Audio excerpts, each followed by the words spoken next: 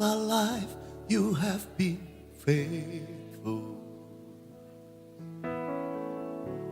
In all my life you have been so good. With every breath that I am able, I will sing of the goodness of God.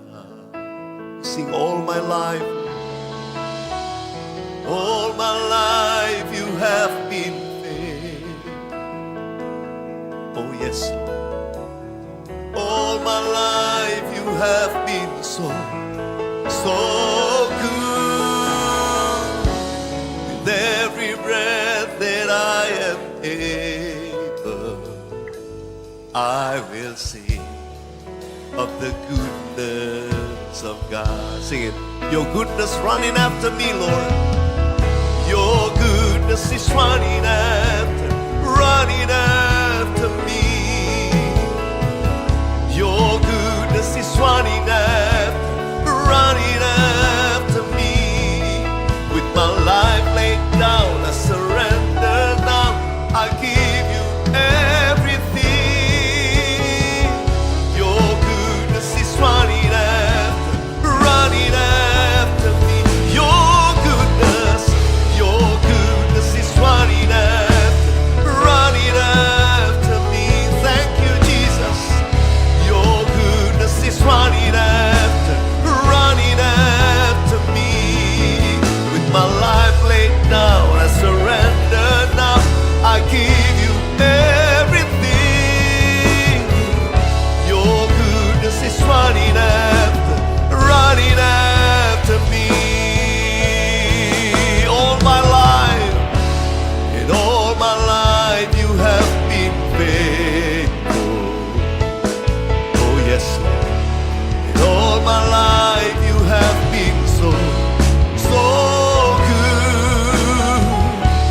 With every breath that I am able, I will sing of the goodness of God.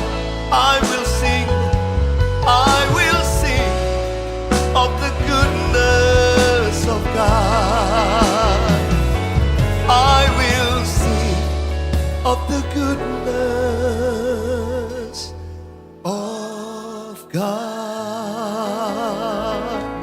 Kita berikan kemuliaan buat Tuhan Yesus. Oh haleluya. Sungguh karena kasih setiamu kami ada sebagaimana kami ada saat ini. Kami adalah orang-orang yang dikasihi Tuhan, dicintai Tuhan, dan diberkati oleh Tuhan. Taruh perkataan firman-Mu dalam mulut hamba-Mu, supaya kami dituntun di hari-hari kami selanjutnya.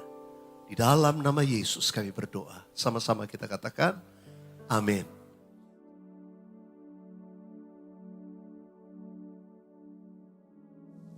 Shalom semuanya. Waktu berjalan begitu cepat. Dengan tidak terasa kita memasuki hari pertama tahun 2026. Tema tahun 2026 adalah tahun amanat agung. The Year of Great Commission. Ayat emasnya diambil dari Matius 28 ayat 18 sampai dengan 20 dan Matius 24 ayat 14. Kita baru saja meninggalkan tahun 2025. Tahun penuaian, the year of harvest. Tahun 2025 juga tahun yang sukar, sulit, peperangan, bencana alam, ketidakpastian, krisis ekonomi yang semakin intens. Meskipun demikian, memasuki tahun 2026 kita harus berani berkata bahwa tahun 2026 akan lebih baik dibanding tahun 2025. Yang percaya katakan amin. Apa dasar kita untuk percaya bahwa tahun 2026 akan lebih baik dibanding tahun 2025? Alasan pertama, sesuai dengan Ratapan 3 ayat 22 dan 23. Tak berkesudahan kasih setia Tuhan. Tak habis-habisnya rahmat-Nya. Selalu baru tiap pagi. Besar kesetiaan-Mu. kita harus percaya bahwa kasih setia Tuhan selalu baru tiap pagi. Selalu baru tiap minggu. Selalu baru tiap bulan. Dan selalu baru tiap tahun. Haleluya. Alasan kedua, sesuai dengan Ratapan 3 ayat 24 yang berkata, Tuhan adalah bagianku atau jiwaku. Oleh sebab itu aku berharap kepadanya. Jadi kalau kita berharap kepada Tuhan, maka kita akan berani berkata bahwa tahun 2026 akan lebih baik dari tahun 2025. Haleluya. Orang yang berharap Tuhan diperbarui kuatnya, terbang dengan saya Raja Wali. Berlari tiada penat, berjalan tiada lelah. Ajarku harap kau Tuhan. Berlari tiada penat, berjalan tiada lelah. Ajarku harap kau Tuhan. Alasan ketiga, mengapa kita berani berkata bahwa tahun 2026 akan lebih baik dibandingkan tahun 2025? Karena kalau hati kita melekat kepada Tuhan, karena kita hidup intim dengan Tuhan, sesuai dengan Mazmur 91 ayat 14-16, maka hal yang pertama, Tuhan akan meluputkan dan membentengi kita terhadap sakit penyakit, panah api dari si jahat, jerat penangkap burung, kedahsyatan malam, atau terror of the night, yang berbicara tentang penculikan, perampokan, pemerkosaan, pembunuhan, terorisme, peperangan. Hal yang kedua, Tuhan akan menjawab ketika kita berseru pada masa kesesakan. Dan hal ketiga, Tuhan akan memuliakan kita. Hal yang keempat, Tuhan akan memberikan panjang umur dengan berkat yang melimpah. Hal yang kelima, Tuhan akan memberikan keselamatan. Haleluya. Berdasarkan 5 hal ini, kita akan berani berkata, Tuhan, saya percaya bahwa tahun 2026 akan lebih baik dari tahun 2025. Yang percaya katakan amin. Alasan keempat, mengapa kita berani berkata bahwa tahun 2026 akan lebih baik dibandingkan tahun 2025. Karena kita memasuki tahun 2026, tahun amanat agung. Yang berarti kita akan lebih dipakai Tuhan dalam proses penyelesaian amanat agung. Maka kita akan berani berkata bahwa tahun 2026 akan lebih baik dibandingkan tahun 2025. Amin. Aku percaya berkat-Mu atasku melimpah, kebajikan, kemurahan selalu mengikutiku. Ku puji, ku sembah Kau Tuhan. Ku puji, ku sembah Kau Tuhan. Ku puji, ku sembah Kau Yesus.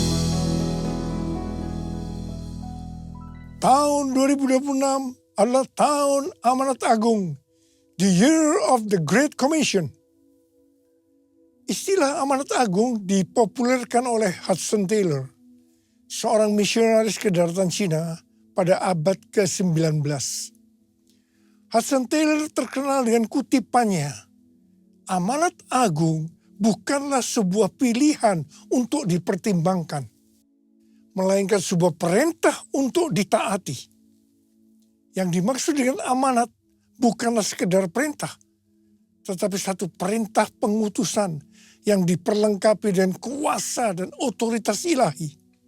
Sesuai dengan perkataan Yesus dalam Matius 28 ayat 18 dan 19. Kepadaku telah diberikan segala kuasa di sorga dan di bumi. Karena itu pergilah, jadikanlah semua bangsa muridku. Setiap kali kita berbicara tentang amanat agung, maka kita diingatkan tentang tahun 2033.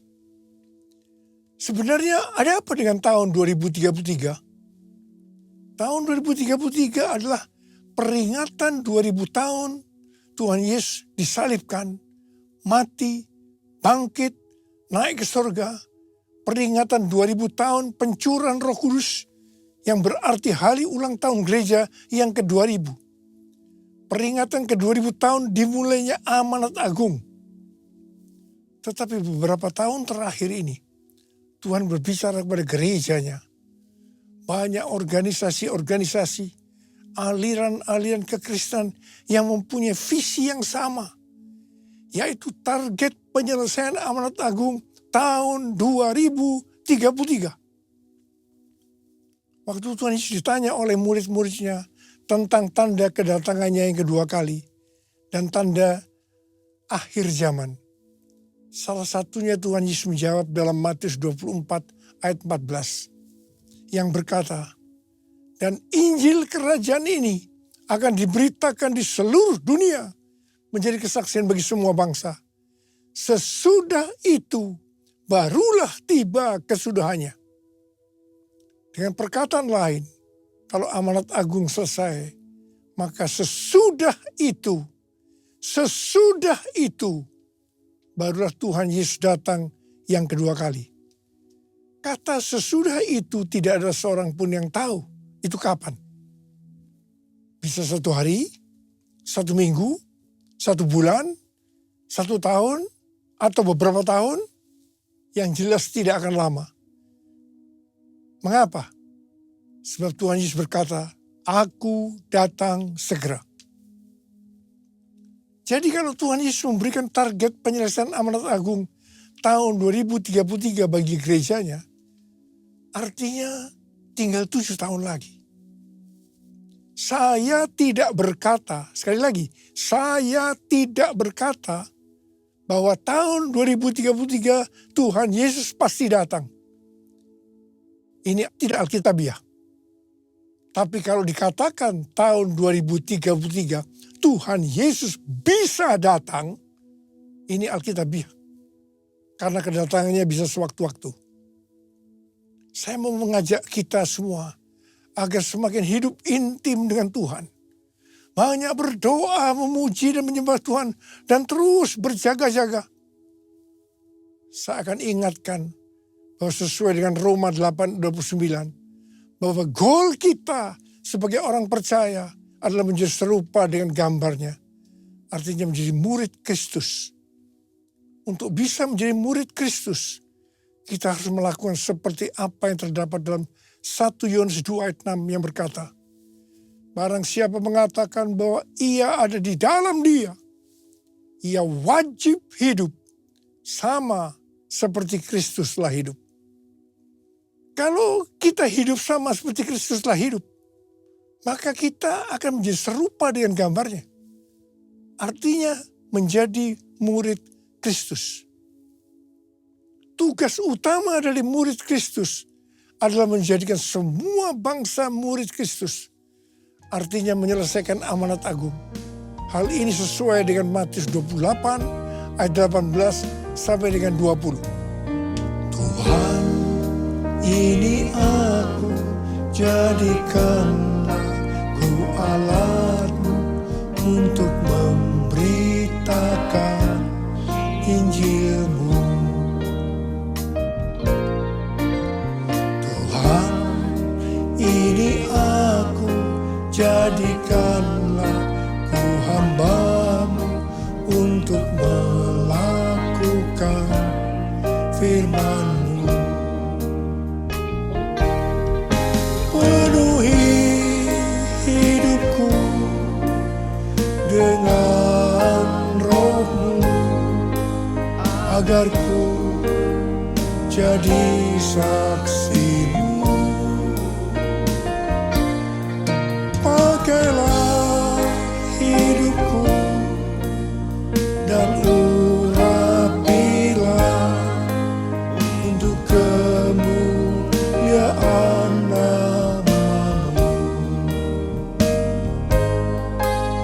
untuk kemuliaan nama-Mu. Sebagai murid-murid yang menerima amanat agung dari Tuhan Yesus, kita harus belajar cara Yesus melakukannya.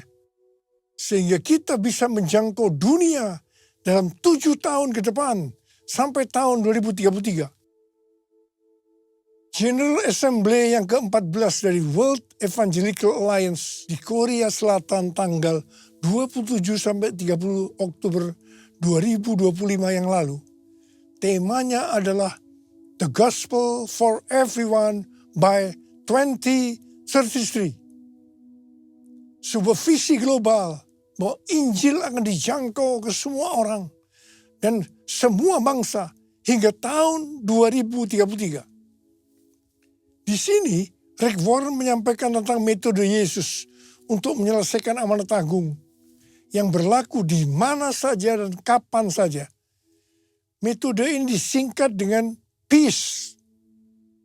P, pass on the good news. Sampaikan kabar baik, Injil kepada orang lain. E, equip disciples. Perlengkapi para murid agar mereka bisa bertumbuh dan melayani. E, alleviate suffering. Ringankan penderitaan orang lain dengan menolong mereka. C, continually pray.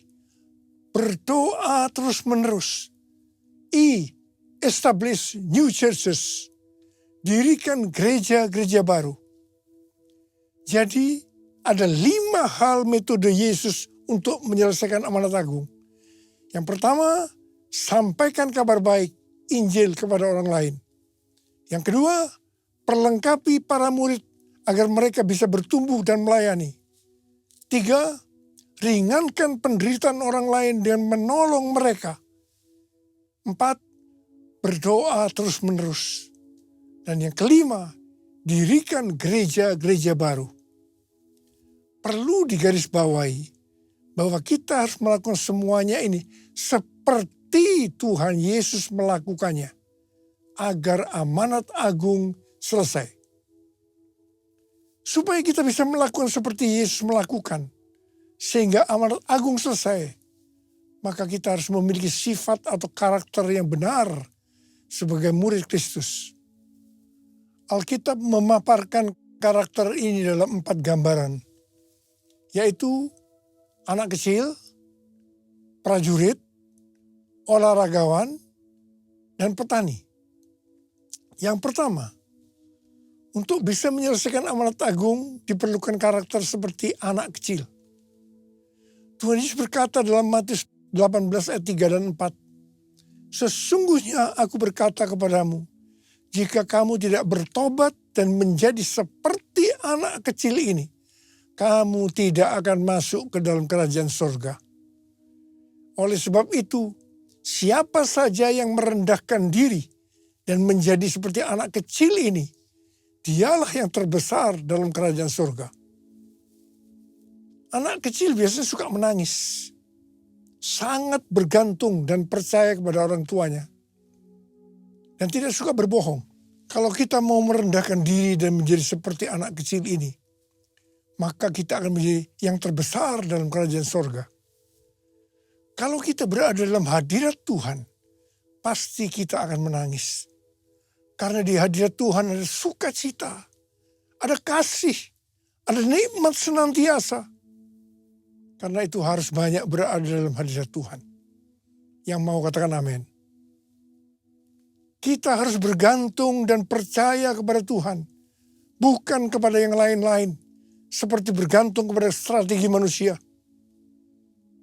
Kita tidak boleh berbohong, sebab orang yang suka berbohong, bapaknya adalah iblis. Untuk menyelesaikan amanat agung, gereja harus rendah hati, bergantung dan percaya pada pimpinan Tuhan. Tidak salah kalau gerejanya menjadi besar, tapi dengan cara-cara yang benar di hadapan Tuhan.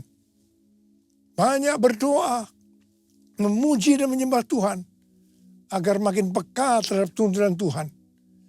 Gereja Tuhan harus berkolaborasi Karena itu gereja harus rendah hati. Yesus, ku sembahkan, sujud di hadapan-Mu. Keinginan dalam hidupku hanya untuk menyembah-Mu. Yesus, ku sembahkan, sujud di hadapan-Mu.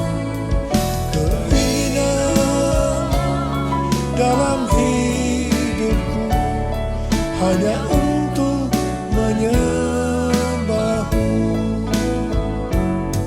hanya untuk menyembah-Mu.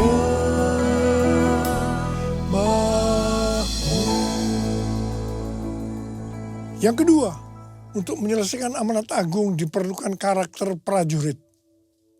Seorang prajurit yang sedang berjuang tidak memusingkan dirinya dengan soal-soal penghidupannya, supaya dengan demikian ia berkenan kepada komandannya. 2 Timotius 2 ayat 4. Ini bukan berarti kita tidak boleh bekerja atau berkeluarga. Tetapi masalah-masalah kehidupan sehari-hari tidak boleh menghambat fokus panggilan utama kita sebagai murid untuk menyelesaikan amanat agung. Dengan demikian, kita akan berkenan kepada komandan kita, yaitu Tuhan Yesus Kristus. Dalam tahun amanat agung ini, iblis akan makin keras berusaha untuk mengalihkan perhatian kita dalam menyelesaikan amanat agung. Hati-hati, jangan sampai dialihkan oleh keinginan daging, keinginan mata, dan keangkuhan hidup. Dalam Alkitab, paling tidak ada 104 ayat yang berbicara tentang kesombongan atau keangkuhan. Amsal 6 ayat 16 sampai dengan 19 berkata, 6 perkara ini yang dibenci Tuhan, bahkan 7 perkara yang menjadi kekejian bagi hatinya. Mata sombong, lidah dusta, tangan yang menumpahkan darah orang yang tidak bersalah, hati yang membuat rencana-rencana yang jahat, kaki yang segera lari menuju kejahatan, seorang saksi dusta yang menyembur-nyemburkan kebohongan, dan yang menimbulkan pertengkaran saudara. Amsal 16 ayat 18 berkata, kecongkakan mendahului kehancuran, dan tinggi hati mendahului kejatuhan. Yesaya 13 ayat 11b berkata, kesombongan orang-orang pemberani akan kuhentikan, dan kecongkakan orang-orang yang gagah akan kupatahkan.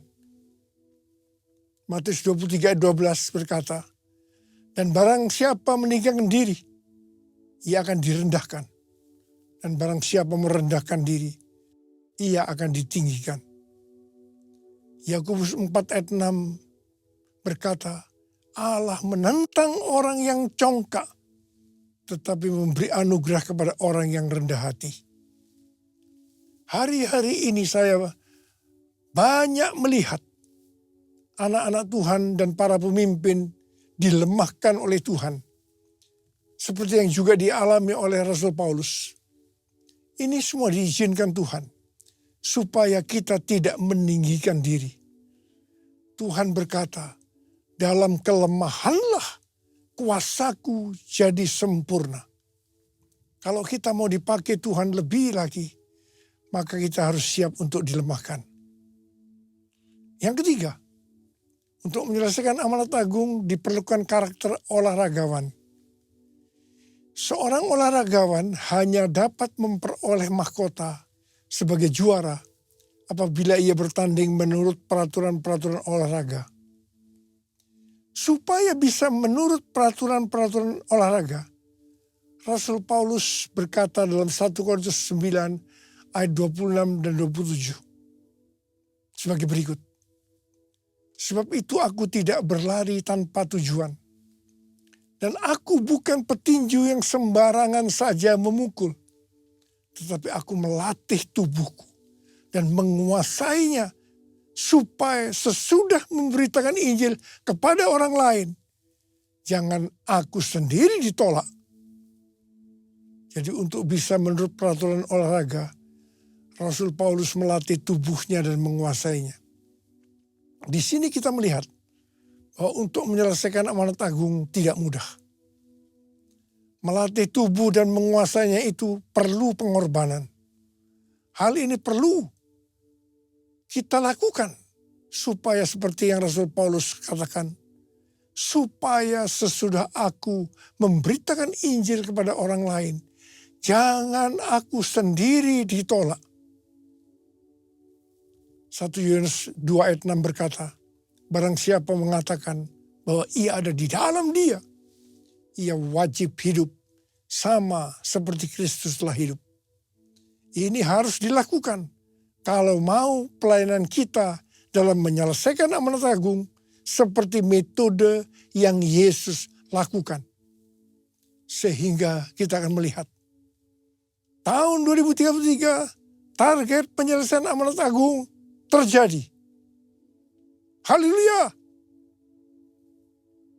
Yang keempat, untuk menyelesaikan amanat agung diperlukan karakter petani. Alkitab menggambarkan sosok petani yang sabar, tekun, dan setia menabur. Petani tahu bahwa hasil tidak instan. Ia menabur, menyiram, menunggu, dan memelihara. Demikian juga dengan penyelesaian amanat agung. Hasilnya tidak instan. Ini bukan pekerjaan sehari. Kita harus menabur setiap hari. Menabur penginjilan lewat hubungan pribadi. Menabur kesaksian lewat pekerjaan dan profesi. Menabur tenaga dan waktu untuk pemuritan. Menabur kasih untuk meringankan penderitaan. Menabur doa tanpa henti. Menabur untuk pendirian gereja-gereja baru. Semua yang menabur pasti menuai. Saya mengajak untuk menabur semua hal ini setiap hari sampai amanat agung selesai. Dan setelah itu Tuhan Yesus datang kembali. Haleluya. Bumi penuh kemuliaan-Nya, bumi penuh kemuliaan-Nya, bumi penuh kemuliaan-Nya. Sucilah Tuhan, sucilah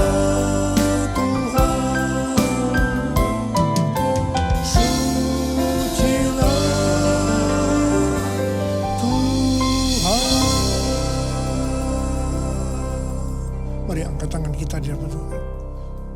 Kita sembah Dia. Mulai berbahasa roh.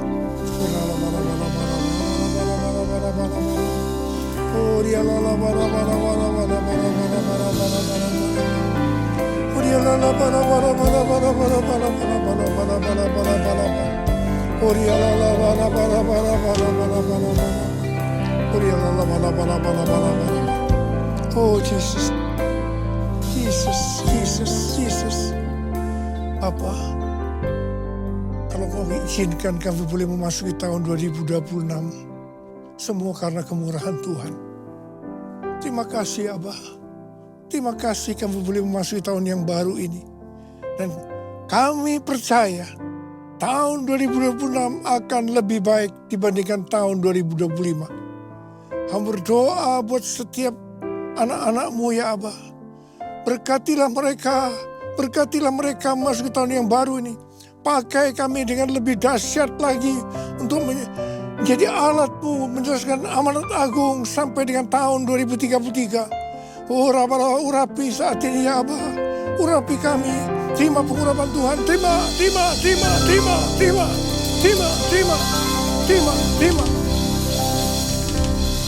Dalam nama Yesus.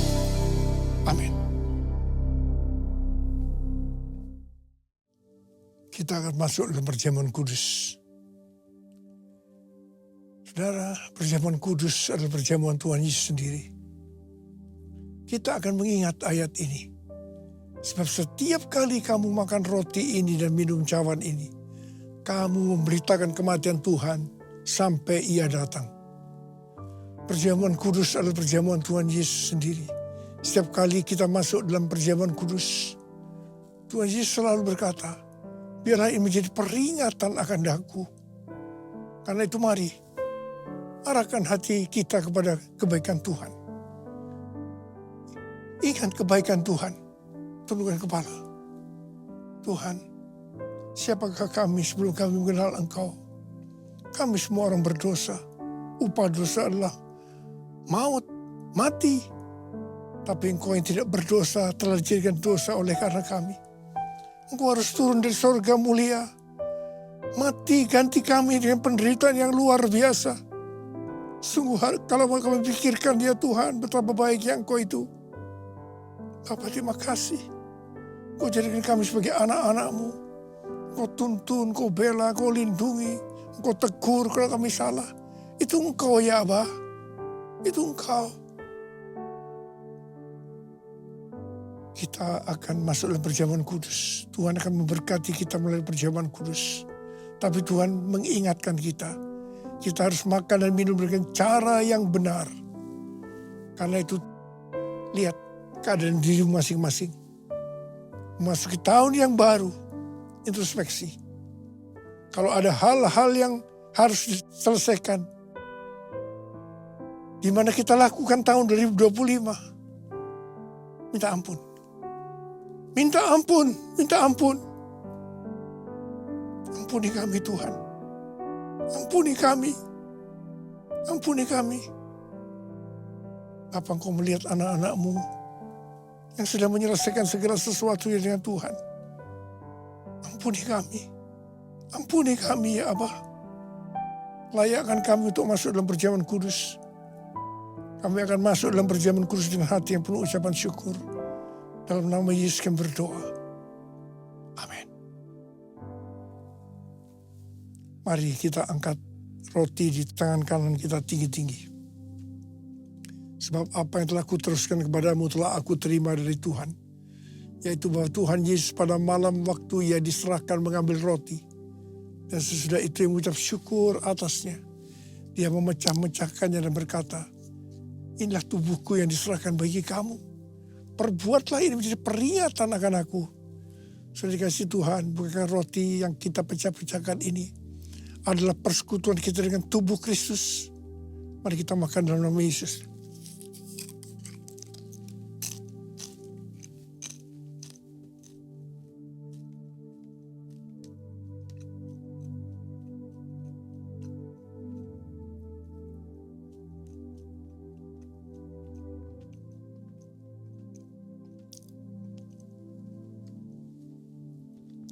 Angkat cawan di tangan kanan kita tinggi-tinggi. Demikian juga Ia mengambil cawan sesudah makan lalu berkata, cawan ini adalah perjanjian baru yang dimeteraikan oleh darahku. Perbuatlah ini. Setiap kali kamu meminumnya, jadi peringatan akan aku. Sudah dikasih Tuhan, bukan cawan pengucapan syukur. Yang atasnya kita ucapkan syukur adalah persekutuan kita dengan darah Yesus. Mari kita minum dalam nama Yesus.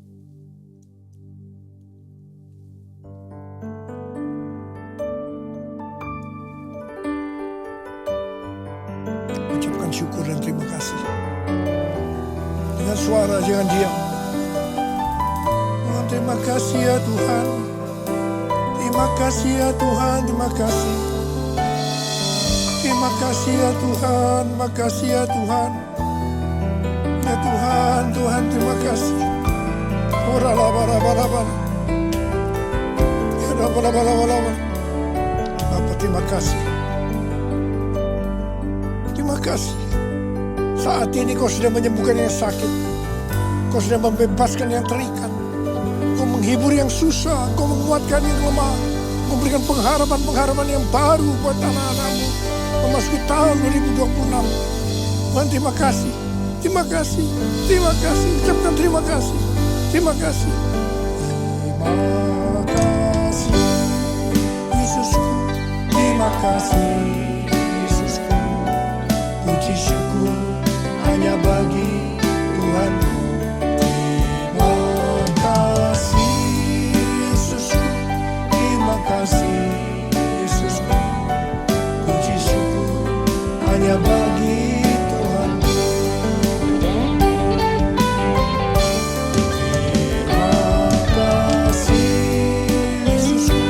Terima kasih, Yesusku. Puji syukur hanya bagi Tuhanku. Terima kasih, Yesusku. Terima kasih, Yesusku. Puji syukur hanya bagi Tuhanku. Puji syukur hanya bagi Tuhanku. Puji syukur hanya bagi Tuhanku.